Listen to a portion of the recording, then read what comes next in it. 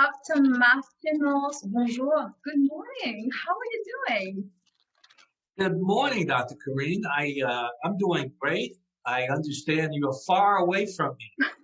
I am very far away from you. I'm from Mauritius, so we are in the middle of the Indian Ocean. I don't know if you came here before. I haven't. I'm waiting for your invitation, I'm officially inviting you now. and I'm officially accepting. Oh, thank you so very much. Just let me know the date, and I'm going to take care of everything. It's not We will do that. Seriously, I would love to do it. And moreover, I'm planning an international summit probably next year, so I will be very happy to have you. I'm already sending invite. Well, great. Just reach out to Lynn and she can facilitate. I will. So thank you very much for making the time for me today. I know you have a very busy schedule. And I'll tell you something, I was a bit worried, and I was about to ruin my makeup because I thought you probably forgot about me because it was already like 10 p.m. here. And then we just realized that I sent that message to Lynn and she told me no, because you went like 1 hour backwards now. Oh, yes. I'm on Pacific time today. Yes, exactly. So I just realized that no, he didn't forget me actually, and you're here. Thank you very much for making the time for me. Thank you, Dr. Carine. Dr. Knowles, we could be talking on so many subjects because I personally think that you have a very rich career, very enriching career path, achievements. But there's something that was very dear to me. It's your book, Racism from the Eyes of a Child. And for those who are wondering, this is your autobiography that speaks on racism throughout your childhood up to, let's say, the present climate. And my question is, well, first of all, can you tell us more about this autobiography? Well, most people don't realize this. They see Beyoncé and Solange and see their success and see my success. But I grew up relatively poor. I grew up in the South, Gaston, Alabama. Alabama is fairly rural overall. I was born in 1952, so I will turn 70 years old and almost 40 days. And I grew up, Dr. Carine, on a dirt road with an outhouse, as we would call it back then. We didn't have bathroom facilities. We didn't have plumbing at that time. We finally did, but that's how humbly I grew up. And racism was alive and well. We had George Wallace, who was our governor, who ran for president as well. It was really tough times in Alabama. My mother had gone to school with Coretta King, Dr. King's wife. Also, in that class was Andrew Young, who became the mayor of Atlanta and went on to government, his wife. And my mother, when she moved to Gaston, Alabama, she took up the torch of desegregation. And as a result, I never went to a black school. I desegregated all white schools all through education and high school, middle school, elementary school, University of Tennessee at Chattanooga. So those were some extremely difficult times for me, especially as a child, growing up in the trauma that's associated with racism. A lot of us don't think of racism and trauma, but they do go together, and especially for young kids. I've been spit on, I've been electric prodded, I've been beaten, scared for my life on several occasions. And so it was an extremely difficult time. And like you mentioned all your trials and tribulations in this book, like during the segregation period in America. You talk about your parents, like you just said, you talk about different parents. You also mentioned certain things that were really like painful for me to read when you say that some white kids would call you Oreo, would name you Oreo. And you also talk about your childhood mentor, Reverend Walker, and how his passing, along with new events like new job promotion, new apartment, caused you like anxiety attacks. You mentioned about your cousin who was shot on the racism ground while his 3 years old granddaughter was sleeping in the adjacent room, and how you personally dealt with your untreated traumas among many others. And for me personally, I know how autobiographies could be very, very personal. I'll just get to mine. And I wanted to know on your side, what made you choose to write all these deepest chapters of your life in this book? Well, I just felt as an author, this is my second book that I've written. And I felt this was appropriate time. I didn't want to write about the music industry. I wanted to really be taken seriously as an author. And I thought just sharing, and it was a time that I felt, and still today, that I feel that we need to talk more about race. We need to talk about colorism, something that even in your part of the world exists. We need to talk about it more. We need to understand culturally that we're different. And it's okay, but to understand those differences and appreciate the differences. And people they get so uptight when you have a conversation about race. And I thought here was an opportunity for me as an author to share my experiences. You talked about many of those. Being called an Oreo. When I was a kid, because I went to white schools, then my senior year of high school, it reversed on me. I couldn't go to any type of parties that normal high school kids would go to with the white kids because they wouldn't accept me. And I couldn't go to any parties with the black kids because they wouldn't accept me. So we got the term called the Oreo, which meant black on the outside but white on the inside. And these were black people calling me Oreo, which was really hurtful. When you talked about my cousin who just one night, a bunch of Klansmen, Ku Klux Klansmen, started drinking and just decided they were going to go and hurt someone black. And this poor man comes to the door to open the door, probably to be helpful. And he had his kid with him, who's, a kid. And fortunately, when they shot upwards and they didn't injure the kid, but they killed him at the door in front of his child, just for fun, just because they wanted to have fun. And then I talk in this book also, I bring racism current. It's just recently, 30 days ago, I was on a flight. I talk about this in the book, but this has happened many times to me. And I'm sitting in first class, and the flight attendant thinks when I put my bags up that, well, sir, I'm sorry, you can't put your bags up here. They're reserved for first class. And I was like, so you assume that I'm not sitting in first class? Those are the type of things that happen on a daily basis, and many, many, many, many more things that happen on a daily basis when we look at racism. And racism basically says that I feel I'm superior than you because of the color of my skin. And in America, this goes back to slavery. And that most people don't realize it. That wasn't far ago, slavery. We're only talking 100 plus years. My great grandfather was born a slave. My great grandfather. So if you bring those racist beliefs to your kids, that goes generation to generation. So that's only 4 to 5 generations removed, which is not a long time.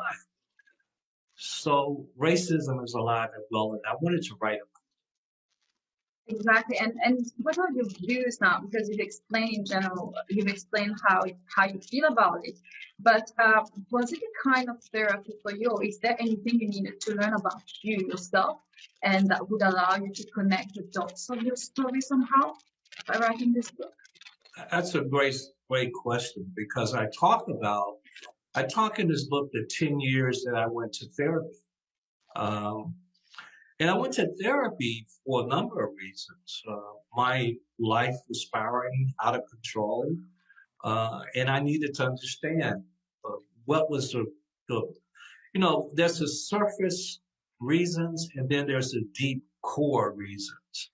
Um, and I talk about in my book this chaotic part of self, this chaotic part of me that I couldn't figure out. And I was able to figure that out over years of therapy, being made to feel less than, inferior. So as a result of this, it made me have this high level of wanting accomplishments and achievement, and to be, uh, a pat on the back that I was doing extremely well. But that can certainly be detrimental in some cases when you don't manage it correctly. Overachievement, and being compulsive on most things, even down to sports, being compulsive. And so that was one of the marks of trauma that I had to understand. It cost me a lot. It cost me my marriage. It cost my relationship with my kids, who fortunately have been, restored in both fronts. My former wife is certainly a friend and remarried happily, but it was tough, and it was from the traumatic experiences of racism that brought about this erratic behavior. I had a question about this because, from my understanding, in this book, I could see this guy who, despite all the discrimination, he had this hunger to succeed. And we've seen that through your professional successes, despite the racism. The guy who didn't want to settle for less than he deserves. And on the other side, you also talk about this long-term trauma. You talk about the effects of the trauma. For example, you mentioned that part where you're a child and you're at the dentist and you're in a segregated setting and you're frightened like all kids would be, and your mother is not allowed inside. And that's something that truly moved me, is when you say the effects of that day and those moments have led in some of my therapy sessions to review long-term trauma based on seemingly innocent events. And the question I had for you is how the impact, whether positive or negative, on your lifestyle choices and personal wellness that you just answered. And I wanted to understand, do you think that we are totally over it after a certain period, or we constantly need that balance, between that strength to stay, that willingness to be strong despite adversities, and that long-term trauma somehow will remain forever? So sometimes they ask after certain experiences, they ask you, are you over it now? But I think that we're never over trauma. What do you think about this? Am I right in saying this? Well, I think we're never over trauma, unfortunately, because life gives us triggers all day that triggers us back to those traumatic moments. And for example, getting on the airplane and the flight attendant telling me to put my bags in the back could have been a trigger. Fortunately, I understand it better now. I have a better awareness of it. And before, I would have taken it to heart, which might have led me to over drinking on that flight, or being angry on that flight, or a number of things. Where now it doesn't affect me that way, because I understand it better. But for some people who haven't gotten help, or gone to a therapist, or identified any mental illness, because this all falls under mental illness. They might not have that advantage. But I feel as though today I have a better understanding of trauma, a better understanding of self, an understanding of triggers uh, that affect us on a day-to-day basis. And it is said that our most powerful words come from our deepest wounds. And if we want to find our purpose in life, we need to find our wounds. And do you think that the obstacles, discrimination, shaped and guided you to becoming the best version today? Yeah, I do. I've been asked that question. I've had a tremendous amount of success in corporate America, 20 years, being number one sales rep worldwide at the medical division of Xerox, um, building a clothing line from the ground up and selling it for a significant amount. What I've done in the music industry. My therapist once used to say, I actually said it often, that the good thing is that uh, through the racism and living through that traumatic experience, the good thing is that it made me overachieve. The bad thing is it made me overachieve. so, so it's all about balance. It's all about balance. And, I tell people today, they say, well, Dr. Knowles, what are you working on? The number one thing I work on today, Dr. Carine, is happiness. I work on happiness because you have to work at it. And people look at me like, huh, what is he talking about? Well, I used to work on making sure that I was number one, making sure my artists were number one and won all of the awards. But I never worked on myself, self-care. And today I work on self-care. I do things like I got a knee replacement, getting a second knee replacement. There's other dental work I want to work on, things that I've kept putting off because of self-care. And that's what I work on today, is happiness and joy in life. It's not about being selfish, but sometimes we need to take care of ourselves and make ourselves our priority. I think it's important for our self-balance. But I do want to answer another part of your question because it's a good one. Every summer for the last 2 summers, I've attended online at Harvard University in their professional developments. I took ethical leadership last 2 summers ago, and this summer I took cultural intelligence, which allowed me to understand different cultures better. And I will say that through the experience of going to white schools, on a cultural basis, it allows me to communicate in a different way than I would if I had only gone to a black school. So it has given me the opportunity of more awareness of how other cultures think on a daily basis, how they do business on a daily basis, because most people don't understand that cultures, they do business, how they live, how they look at certain situations, how their decision making is different. So I do think out of that did come my ability to communicate more effectively to a broader audience.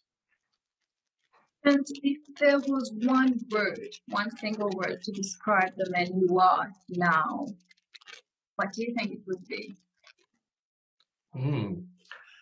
The first thing that came out was excited. Oh, yes. I have an excitement about life every day. I wake up in the morning excited.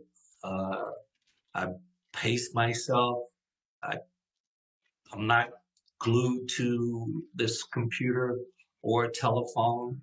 I get to look at trees and the ocean and flowers, things that I never even looked at before. So it's an excitement.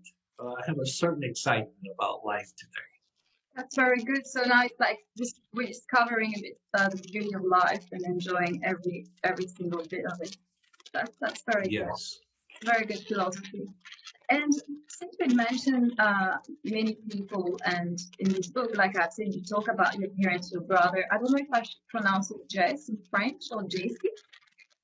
Jesse. JC. And your sister, Chiquita. You talk about your daughters, Beyoncé and Solange. You talk about your cousin, Oscar, among other people. And I wanted to know, what are the subjects of the book? Think about this book and what was the general theme? Well, it's very interesting because because of my cancer, I'm a cancer survivor, as you know, and I have a genetic mutation. So I am part of a research study with the University of Washington. And I just last week got the first report. The first phase of it is going back as far as they can, identifying my family. I only could go back to my great grandparents. The University of Washington went back to 1730.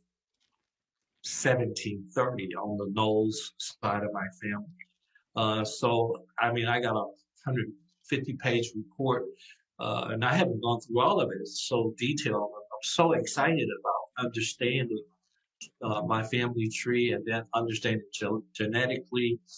But I found a lot of things out. And I will be revising the racism from the eyes of the child because I want to share all this information. But I didn't know that my dad, at 18 years old, volunteered for World War II. I didn't know that not only did he volunteer, but two of his brothers volunteered. So 3 brothers. And my grandfather was so loving. Check this out. He volunteered with them, and he was like 38 years old. And I can only imagine that he loved his son so much that he didn't want them to go to the army. And he volunteered with them. I didn't know that one of my uncles, my dad's brother, was in the Navy, and he was the person who saw the spaceship and retrieved the first astronaut, John Glenn, out of the ocean. I never knew that. I never knew that one of my uncles was one of the first Black Marines ever in the Army. So I'm finding out all of this incredible, amazing things about my family that I never knew. And so I'm excited. This is just touching the surface. On my father's side, then there's on my mother's side, they just started on that. Then we'll get into the genetics part of it to understand that. So this is exciting to me, and I want to share that. So it was important to me to go back and understand my ancestry, my heritage, my culture. And I think that's important for all of us. And in what we're learning in medicine, that the genetic disposition is very critical. And there's genetic testing today. It's a simple saliva test that can let you know if you're predisposed possibly for heart disease or cancer. It doesn't say you have it.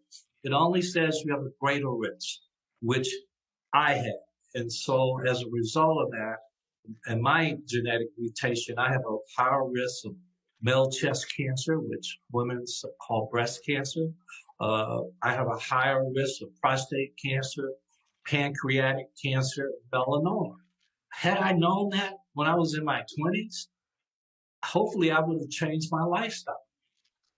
So it's important for those of you that are listening, regardless of your age, regardless of how young or how old, get genetic testing. Yes, it's indeed very important. And I think that today we have all the methodologies to be able to detect at very, very early stages as well. And, talking about, it was not part of the question, but since you mentioned it, talking about male breast cancer, it's very serious. I've known somebody very close to me who went through that.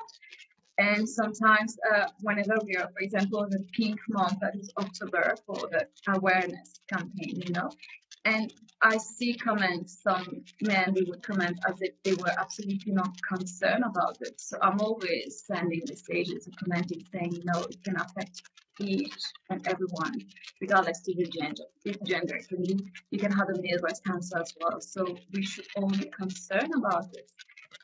And absolutely, we should. And in America, I don't know the numbers worldwide, but over 2,800 men a year die from male chest cancer.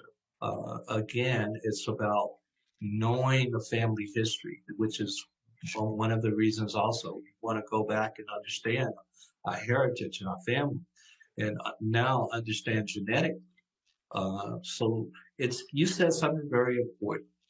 Early detection is the key. Fortunately, I found my cancer at stage 1A, and it's really about the stages. 1, 2, 3, 4. The higher the number, the more challenging it is for recovery. And so it's about early detection. Exactly. So we should really be cautious when it comes to health.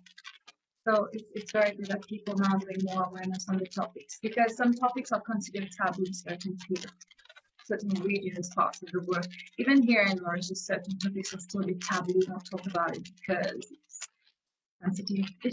We should not, judge things like this, but consider things to be taboo when it relates to health and well-being.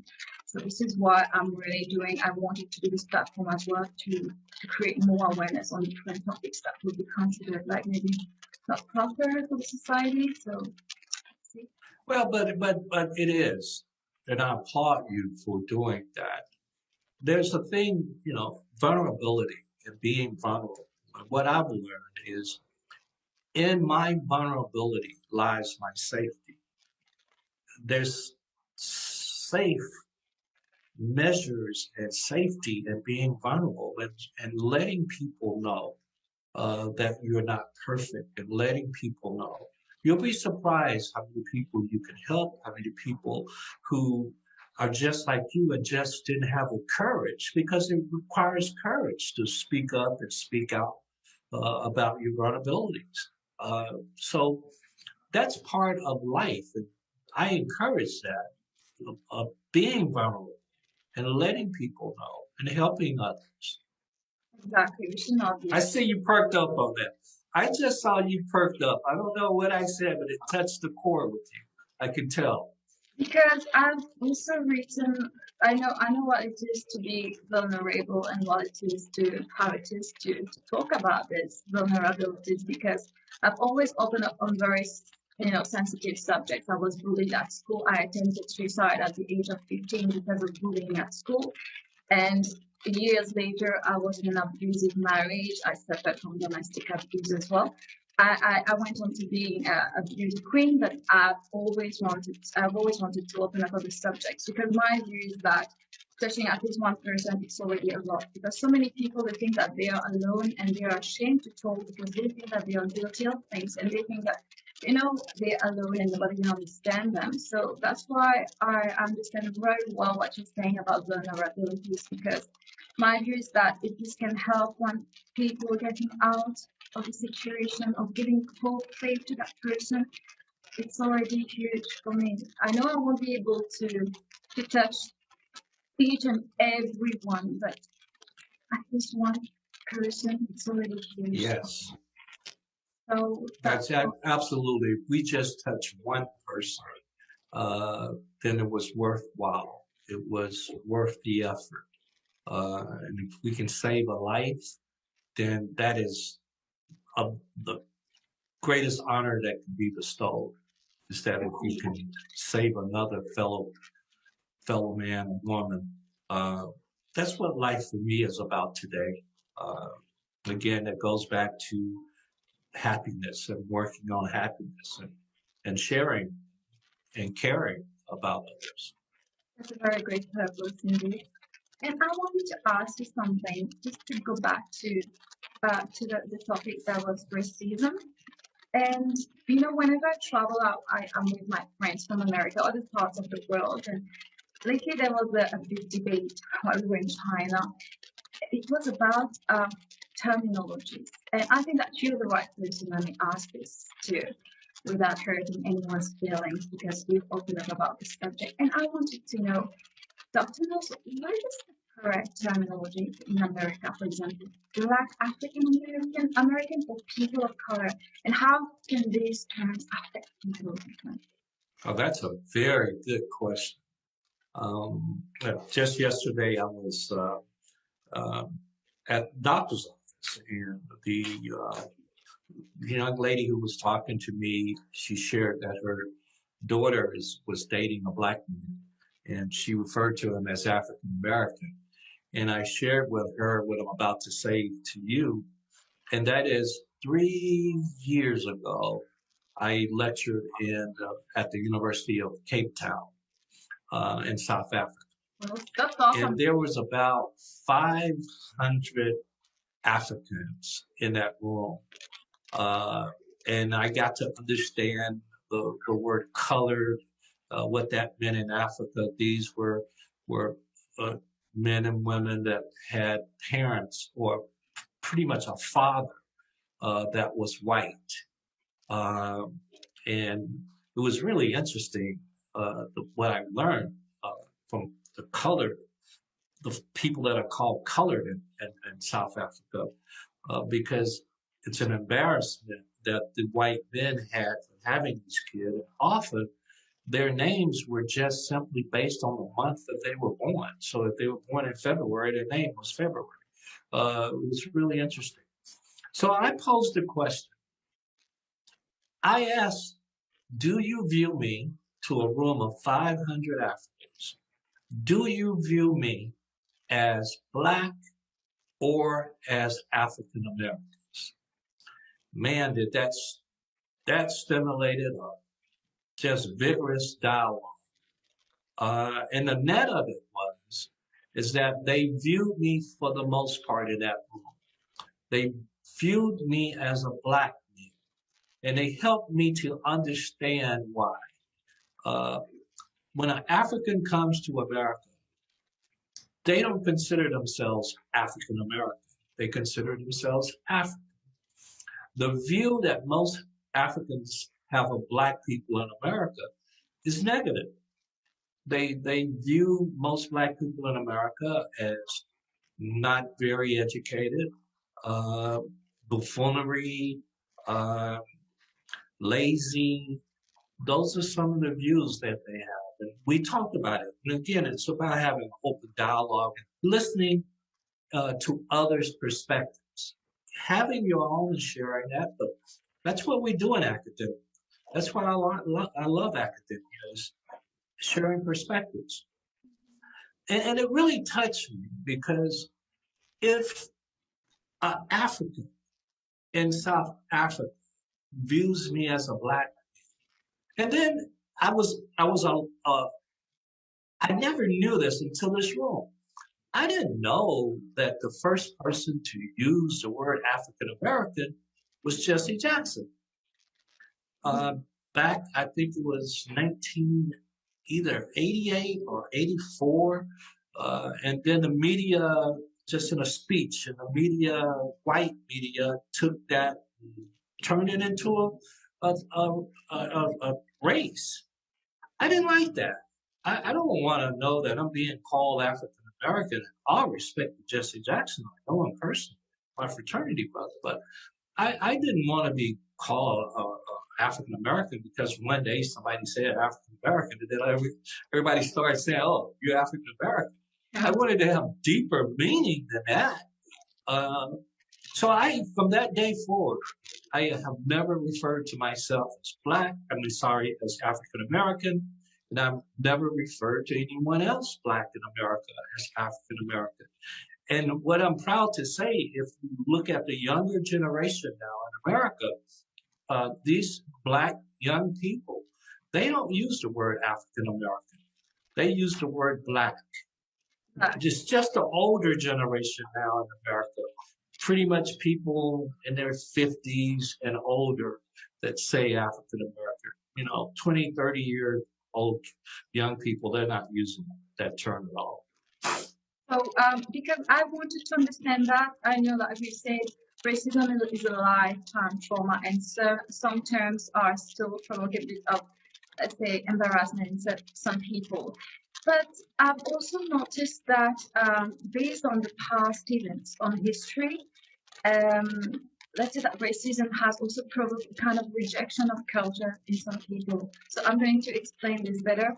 Like, I've been in modeling and pageantry, and I can see some like black women, beautiful black women, and they tell me, no, I'm not going out because I don't want to get darker because I will miss contracts and things like that. So isn't it a kind of rejection somehow? Well, Like, it is, and you know, it's also in the reverse. You know, racism. Just, and sometimes an element of racism also is envy and jealousy. Um, you know, colorism becomes a part of it, as in modeling and what we used to view as beautiful has now changed slightly. Again, I'm speaking for America, I can't speak for the world. As we used to see the commercials, and they would be of lighter complexion. Even my mother in the book, Racism from the Eyes of the Child, you know, there's a section in there that my mother said, don't ever bring no black nappy-haired girl to my house, because her view of beauty was of a lighter complexion. Um, Beauty comes in all shades. And by the way, you are beautiful, both inside and out. oh, So I want to say that. And beauty really is the people that I know that are truly beautiful, they have this certain characteristic internally that radiates out. And so it's about having the confidence in your beauty. And that's what I would say to you, Dr. Carine. Have the confidence in your beauty. Embrace it. Embrace it. Walk in the room and embrace I always say we can wear whatever we want. If you don't have the confidence, it won't look good. it. Exactly. It won't look good. Perfect makeup, perfect hairstyle, but if the perfect dress, Right. if you don't have the confidence with it, it won't be good. And you mentioned something important. You said there have been some changes in the United States, and we've seen changes in the United States of America, starting with President Barack Obama, and most recently the election of Kamala Harris as the Vice President of the United States. So, is it proof that the Americans are ready for that change? Like, you know, contrary to what we've seen in the past. Well, we are, but I still hold accountability. The reason why we had Donald Trump as the president is because a lot of black and brown, and our brown brothers and sisters, we have to form a better allegiance with our brown brothers and sisters, those that Latino and Hispanic a group of culture. Uh, and we just didn't go out to vote like we should have. And if you look at the numbers for Barack Obama that went out to vote, and you look at the numbers for Donald Trump's election that went out to vote, there's a significant drop in the number of people who voted. And I constantly want to hold people accountable, because if we don't hold people accountable and have this accountability, it'll happen again. Uh, and that's why we lost the election, is because simply we didn't go out to vote. And we see the long lasting effect that one person can have that can affect generations. I mean, we're paying for generations, and will be for generations, based on one man in 4 years being the president. So it's important. I get somewhat saddened when I see the Democrats not embracing the power that they have. Unlike the Republicans, when they have power, they embrace it and they use it. Still, the Democrats, in my opinion, are still old school going about it the old way, uh, when they should take advantage of the power that they have and make those decisions that will last in a positive way for generations, like we just did with the infrastructure bill. So do you think that somehow the racial inequality will persist as long as politicians they don't review their positions? Politics is an interesting thing for me. I don't consider myself a politician. I don't even consider myself a Democrat.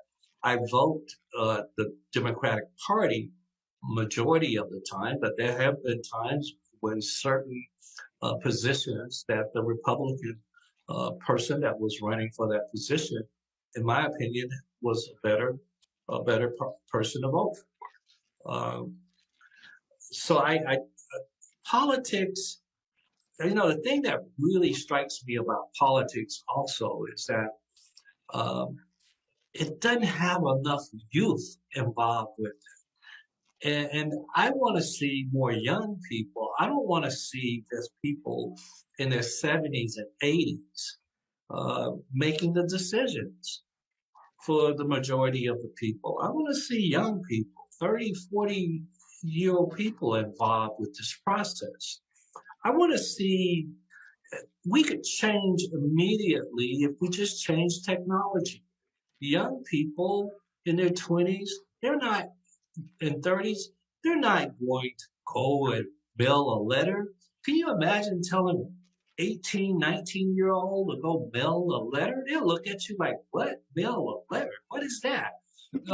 You're not going to go wait in a line. Like, why am I waiting in this line? Oh, yes. We instantly, if we can do social media and have Facebook and Instagram, LinkedIn, certainly we can have where you can vote on your phone or vote on your computer. There's no technical reason why you can't vote on your phone or vote on a computer. There's no technical reason why it can't be done. And it's not done because those in power realize that if they did bring in technology, they would lose because then young people would participate. Exactly. I think we have the same problem here and everywhere else in the world. I could say the exact same thing here. That's happening here. And that's terrible. Yeah, it's crazy, right? Why can't we get on our phone and vote? We can go pay our bills on the phone. I mean, that makes zero sense. Lack of control. It's control. That's what it's really about. That's right. And we have to wake up and we have to understand what's going on around us. And we have to start utilizing also our financial strength. We don't discuss also entrepreneurship, developing wealth in our family. So those of us that first generation, we shy away from those conversations as if that's bad, that's taboo, that you want to have wealth. No, it's not. Not only you can help others.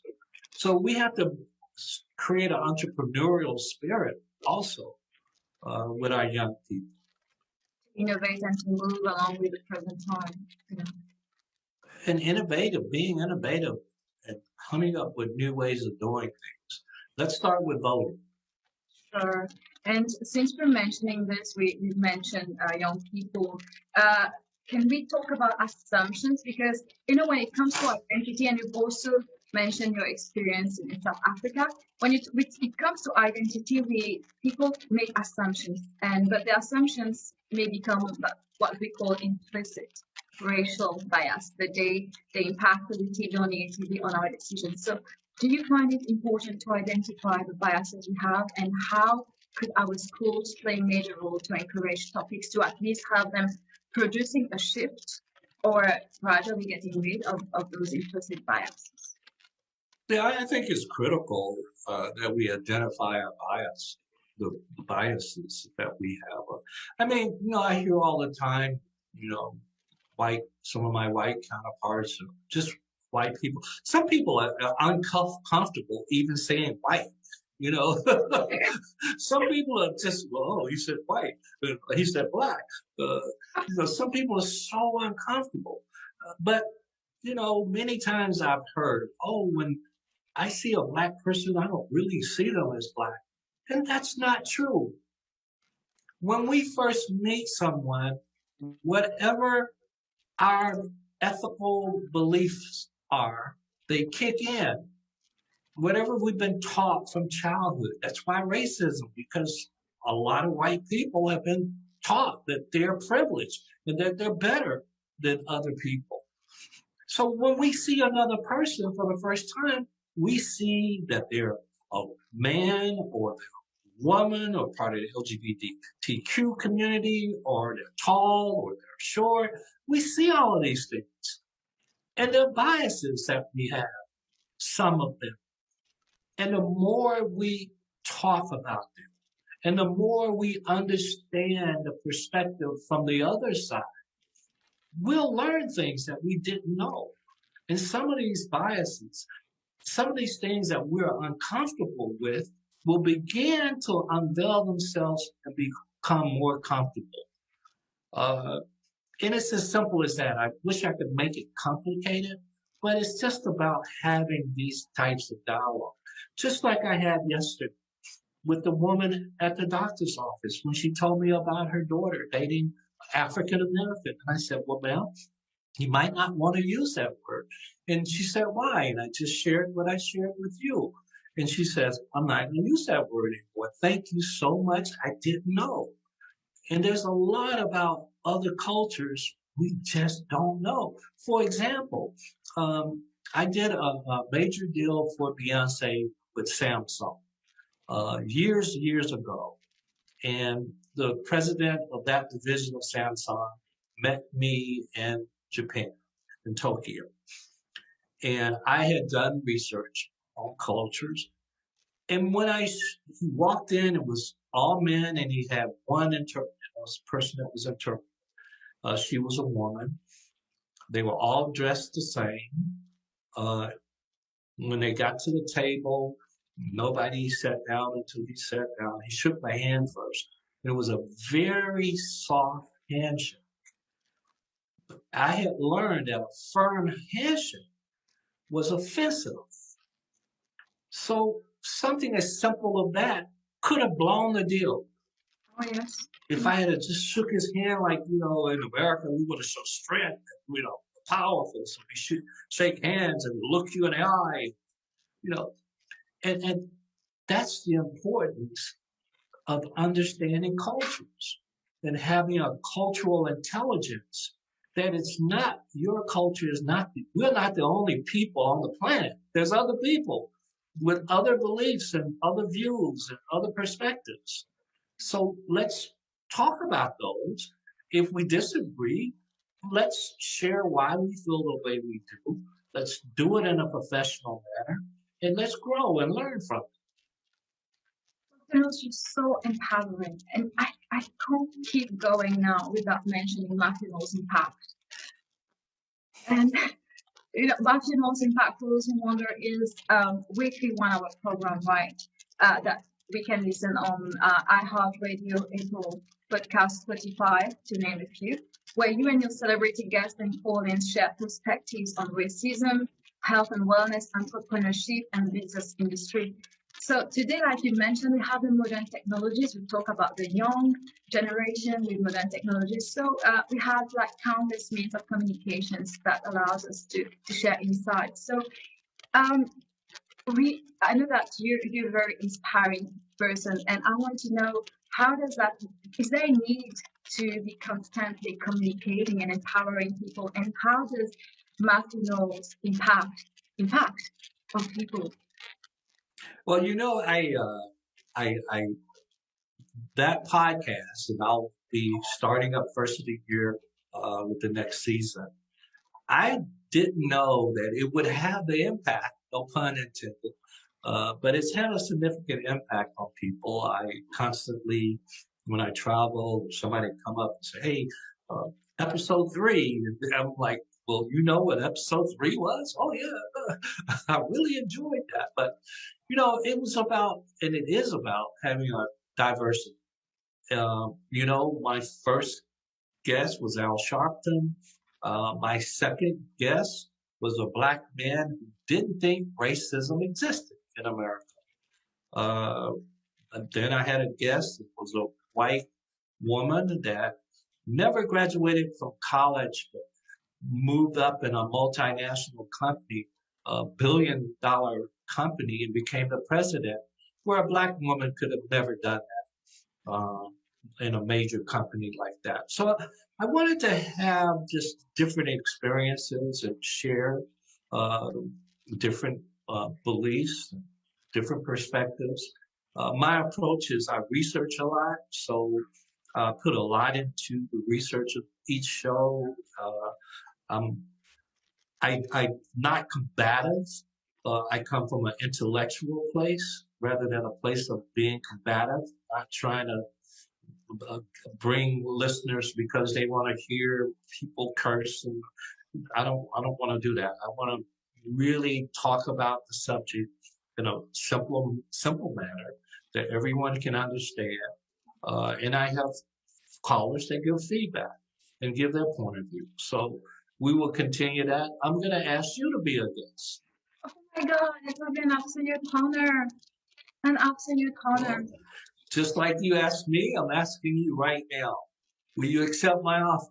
Yes. Thank you. A big yes, a huge yes. Great. Thank you so very much. And we say that words and music are said to be very powerful tools. And in your book, Racism from the Eyes of a Child, you say something, and I quote, music was something that woke up all of the other experiences around me, unquote. And you also added, in college, it was all about using music for helping me get past the pressure and any fears. As for me, I love music. I sing, but no, not the same, level as Destiny's Child and Beyoncé and Solange. I'm like centuries far away from that. But I love music. I love communicating. I love listening to people like you because you bring me a lot. So I love words. I love music. They have always been very powerful tools to me. I played it. Have many musicians in my family. So can we say that music was also salvation for you? Well, when you break down the word music, M-U-S-I-C, muse, M-U-S-E, uh, is the base word for music. And if you look at what muse means, it's a internal spiritual thing inside of us. And that's really what music does. It takes us to a place. You can listen to a song. It can be 20 years old. And it takes you to what was I doing when I heard that song? Sometimes people smile because it was a beautiful moment for them that they remember. Sometimes they're angry. Sometimes they're sad. But that's what music does, just like in slavery. Music got those slaves through a day. Imagine being beaten and being raped, uh, terrible conditions every day. And they came up, the slaves, with were called sorrow songs to help them get through the day. And that's what music does for us. It helps us get through life. It helps us, takes us to a place that we can stop and be still for a minute. And sometimes we just need to stop and be still and listen to a beautiful song and let it take us to a place wherever that may lead. That's what I love about music. Totally true. Music can unleash so many emotions, and it's So many. it's amazing. What's your favorite song? Well, I'm a bit old school. I love Diana Ross a lot. So my favorite song of all time remains "When You Tell Me That You Love Me." Oh, And I would tell you something. There are so many songs that talks to me depending on the moment. So I love different kind of music. When I'm happy, I want to jump. I will just jump around and listen to everything that will come up to me. And sometimes, as human beings, we like to make ourselves sad as well. When I'm sad, I do listen to sad music as well to make me worse. Well, it takes you also to a place of But sadness. I can tell you that the song I was listening to, there are two songs I kept on listening lately. I'm not saying this because you're the father of Beyonce. I can't even realize that I'm talking to Beyonce's father. I mean, from the middle of the Indian Ocean, the tiny island, and I'm talking to Beyonce's father. It's huge. And when I got my divorce, because I fought a lot to have my divorce. I was in an abusive marriage. And right after that, I started listening to Survivor. And Single Lady. Well, I tried. I can tell you, Survivor. I don't know if you ever looked at the notes, lyric notes, but I co-wrote Survivor. I'm one of the co-writers. It's really just three of us, me, Beyonce, and another gentleman who did the music part of it. And when I was diagnosed with cancer, that song took on a different meaning for me. I have received a whole lot of fan mail for years. One fan letter that really touched me is this woman was about to commit suicide. And she had gotten in the bathtub and she had ran the water. She had a razor blade. She was going to cut her wrist. And in the kitchen, the song Survivor came over her radio in the kitchen.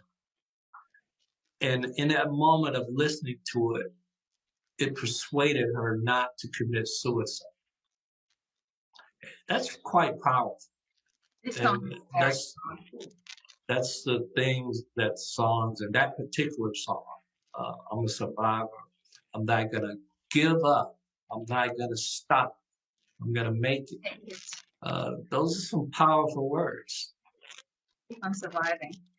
And oh, look at you. You're surviving. I love it. I'll tell you something. I was about to sell the product right after, but I'll tell you right now since we're mentioning it. And I did my photo shooting because I wanted to put a picture of me in my wedding dress in that book talking about my abusive marriage, The Gates of Hope. And we were doing the photo shooting, and the song I put on the radio while doing the photo shooting with the girls, it was Survivor, Destiny's Child. And that's how I started listening to the music. And then I had absolutely no plan about making a platform, an empowerment platform out of this book. And I just decided it like that. I got that idea like this, that I should probably think about an ongoing empowerment work with that book. And I thought, who am I gonna invite to the first show? And I wanted somebody who, like somebody special for that. And I had no idea who I was going to invite. It's very difficult to get in touch with international celebrities, I must say. And all of a sudden, I was thinking about that. There will be that song coming up again on the radio. And a week later, still thinking about it, the song will come back again. And then a third time, the same song. I'm on my treadmill, running, and this song will come up on the channel. And I was like, is it a sign somewhere? And I remember myself like thinking, okay, maybe I should invite somebody who has that paternal support, security, that somehow, because I'm very close to my father. And one night I was thinking about that at 1 or 2 a.m. here, and I got a notification from Instagram. Mathew Knowles is going live on Instagram. Wow. And I knew it would be you. So, well, that's special.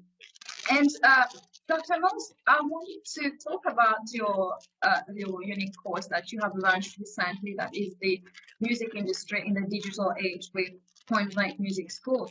And for those who wonder, this course is about developing a core understanding of the music business. And the course is flexible, so available in person. Or remotely. Yeah, let me talk about that. Only because have another Zoom call that I'm 5 minutes late for now. I'm sorry. But yes, teaching online at Point Blank Music School, and certainly you can go online. It's the fundamentals of the music industry in a digital age. So if you want to understand the fundamentals from marketing to what happens at a record label, how to build a team of people around you, if you're an artist, understanding terminology that we use daily in the music industry, I would highly recommend that you go online and hopefully you'll have a link that you can show that people can go to. We start up in January, I think the 17th, so there's time to enroll. But yeah, I'm very proud to give back at Point Blank Music School. It's international. So I'm getting these number of texts that I've got to jump because it's the governor's office, and so I can't have them waiting. I've really enjoyed this conversation. Question, if I can, would you like to be the godfather of this platform of mine? I'm sorry? Do you accept to be the godfather of this new platform of mine? Since you're my first guest, I would be really. I will. Yes, I will. I'm very thankful. So thank you so very much. Thank you very much for making the time for me. I just want to tell you that I personally think that there is a need to learn critically from past struggles and from people like you in order to incorporate the best experiences in the future struggles for multicultural democracy. Thank you so very much, Dr. Knowles. Thank you and have a wonderful day. I wish you a wonderful day too. Goodbye. Bye.